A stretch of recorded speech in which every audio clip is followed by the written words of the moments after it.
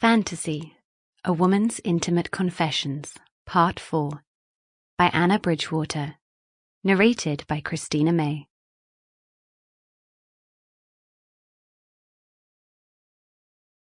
Sometimes my desire fills me up so completely that I feel afraid it might be visible on my face.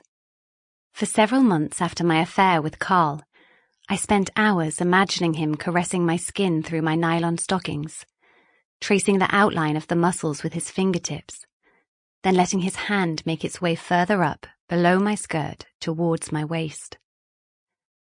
I imagined him exploring the sensitive curves behind my knees, and I felt my cheeks getting flushed. At parent-teacher meetings, in the office cafeteria, and back at home in my kitchen, I was obsessed with a man who did not belong in any of those places, a lover I had not seen in far too long. An avalanche crashing is my flesh. That is a line from a poem I read at school. I forgot the name of the poet, but the feeling was familiar. I simply had to acknowledge that the man who started the avalanche was not the man I was living with, and whose body I lay next to at night. And yet my husband was still a source of desire and pleasure. One kind of desire, flowing powerfully through my body, was ignited by the dream of a new man whom I could explore. The other kind grew out of the secure and familiar everyday life with the man I had married, Randall. One evening, I was in bed reading when he came in. The only light in the room was the yellow cone from my bedside lamp. He lay down next to me in the dimly lit room. Supporting himself on one elbow, he pulled my nightdress up over my breasts. For a couple of minutes, he lay there looking down at me. Then he bent over and kissed my stomach. He gazed at my body. His gaze followed the lines of my hips and my breasts. My gaze followed his and looked at my body, my stomach, and my skimpy black knickers. I placed my hand on the mound where the pubic hair pressed against the thin fabric. My intimate area was hidden, but the focus of all our attention.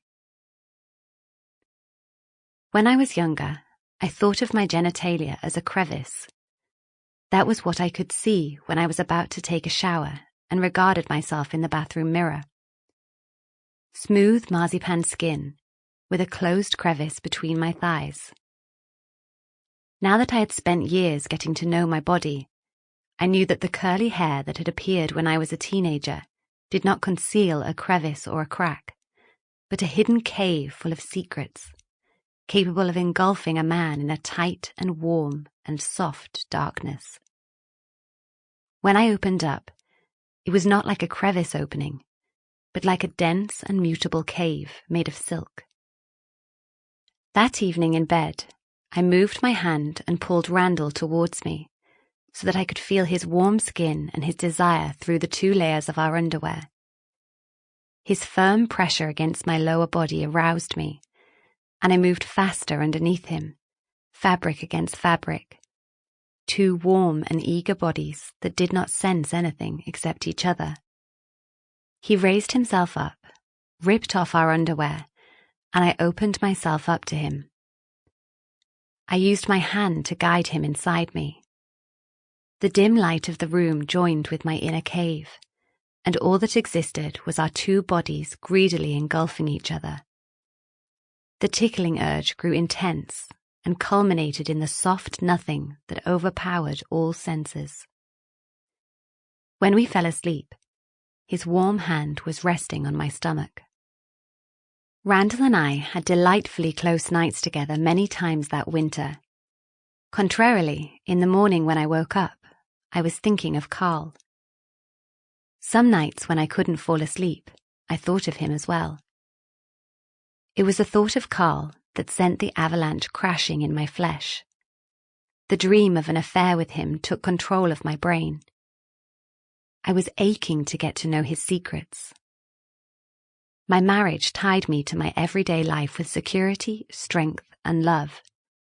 But 2 text messages from a lover tempted me with erotic adventure. Sample complete. Ready to continue?